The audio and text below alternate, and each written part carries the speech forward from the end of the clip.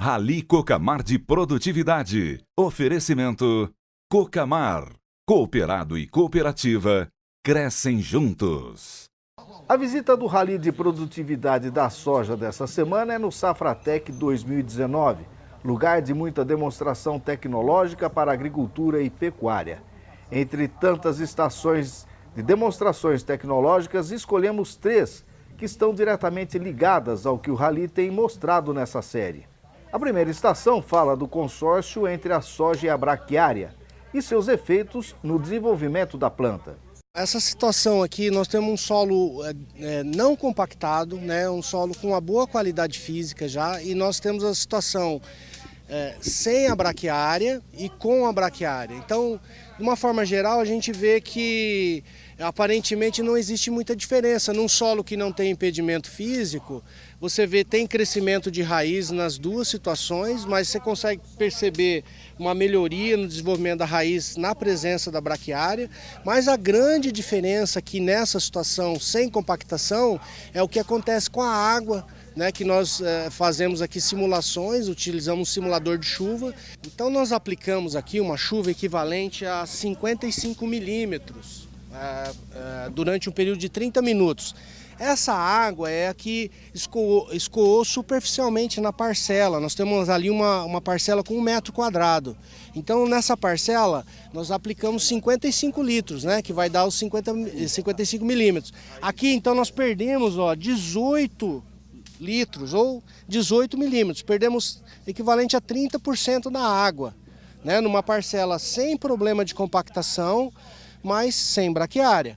Então o que acontece com a água onde tem braquiária, né? Então nos mesmos 55 milímetros, ali nós perdemos equivalente a 18 milímetros ou 30% da água, e aqui nós perdemos menos de 1 litro, ou seja, menos de 1 milímetro.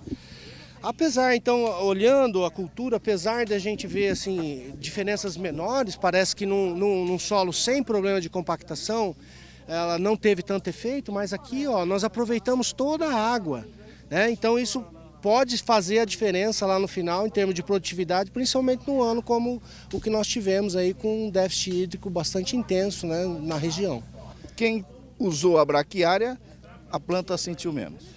Com certeza vai sentir menos, né, e vai ter ainda boas produtividades. Agora, nós precisamos ver lá quando a área, que é a outra situação, quando você tem uma área com problema de compactação. Vamos lá ver? Vamos lá. Vamos lá.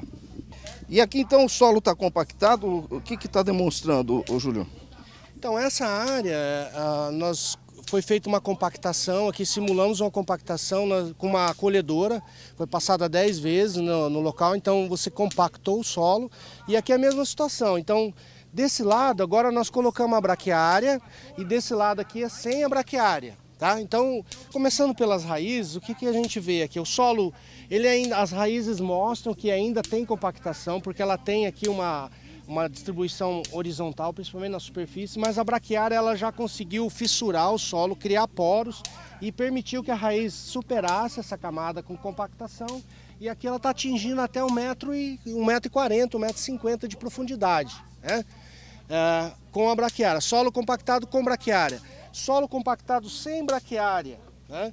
Aqui a gente já vê a situação totalmente diferente. As raízes, elas chegam no máximo aqui a metade, né? Seria em torno de 70%. Isso daqui já vai causar uma grande diferença no reservatório de água disponível, o tamanho da caixa d'água.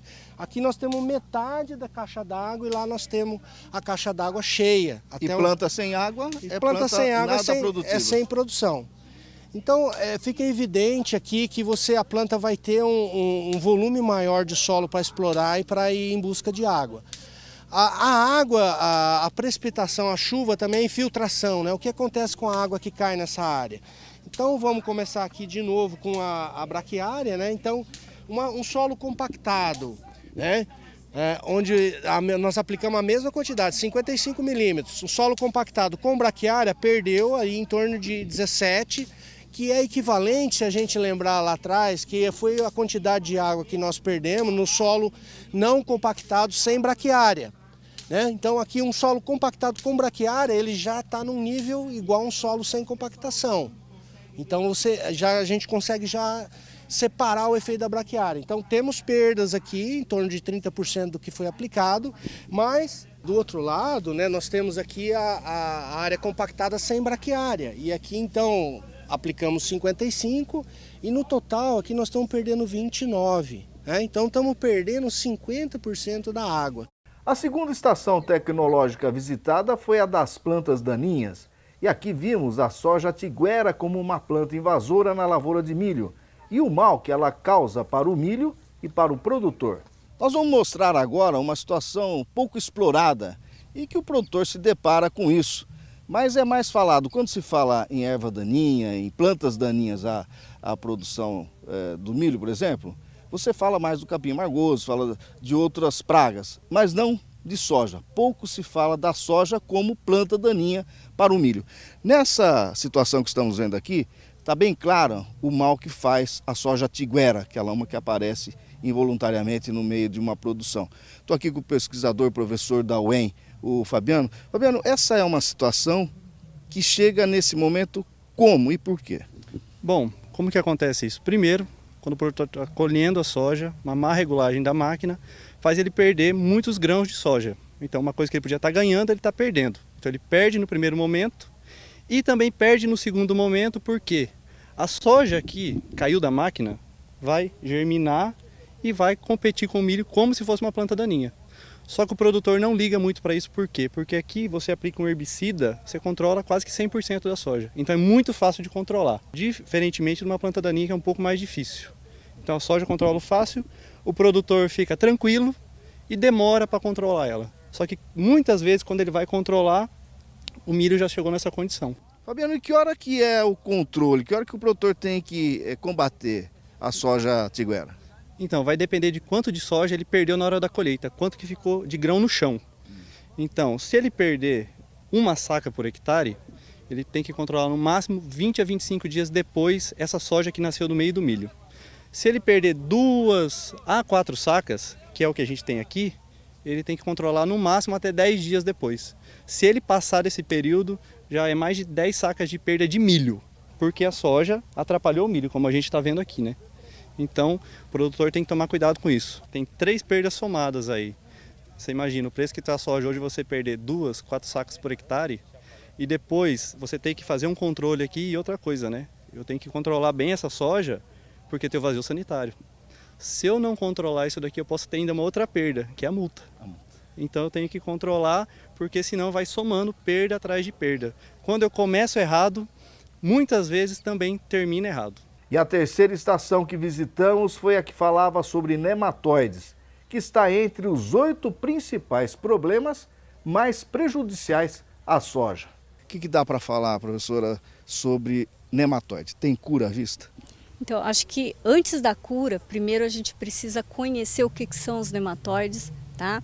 Fazer uma identificação correta dessas espécies, porque às vezes o produtor fala assim, olha, eu tenho problema com nematóide, mas não sabe qual o tipo de nematóide, não sabe como está a população, se foi encontrado na área, se essa população está alta, se essa população está baixa, para daí sim pensar nas providências e qual o tipo de nematóide presente na área. Tá? Por que a gente fala de qual o tipo, qual a espécie, qual o grupo desse nematóide? Porque isso vai fazer toda a diferença na hora da gente selecionar as medidas para a gente manejar esses nematóides. E como é que ele sabe qual é o tipo de nematóide que está na área dele? Tá. Aí a importância de fazer coletas, tá? Coletas nas diferentes áreas onde ele teve uma suspeita da ocorrência desse problema, tá? A certeza mesmo a gente só vai saber enviando amostras para laboratórios especializados nisso, com condições de fazer essas análises e dar um diagnóstico preciso de qual o nematóide, ou até mesmo dar um alerta para o produtor de ser um outro tipo de problema, tá? Porque esses nematóides, eles estão ali se alimentando das raízes da planta, e como que a gente vai perceber? Quando a planta começa a expressar alguns tipos de sintoma, por exemplo, esses de amarelecimento precoce das folhas, queda de folhas, plantas com menor desenvolvimento em comparação a plantas mais sadias, tá? Só que isso pode refletir qualquer tipo de problema que está acontecendo no solo, que pode ser um nematóide, pode ser um fungo, pode ser uma praga.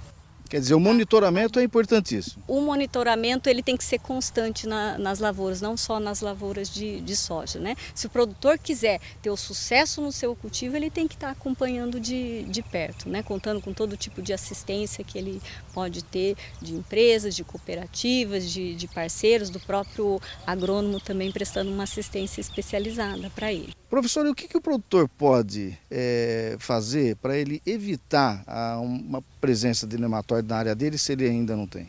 Tá? Como a gente falou, né, eles são amplamente distribuídos em várias áreas de produção, porém algumas ainda estão isentas. Daí o produtor ele tem que cuidar realmente quando ele for trazer um implemento de uma área que pode já ter o problema dele fazer limpeza desses equipamentos, e aí realmente limpeza de pneus, limpeza dos próprios carros que fazem visitas em outras áreas que pode ter o problema, para chegar na propriedade dele, tomar os devidos cuidados com limpeza de pneus, limpeza de maquinários, às vezes de ferramentas e utensílios, até durante o próprio processo de colheita. Às vezes algumas colhedoras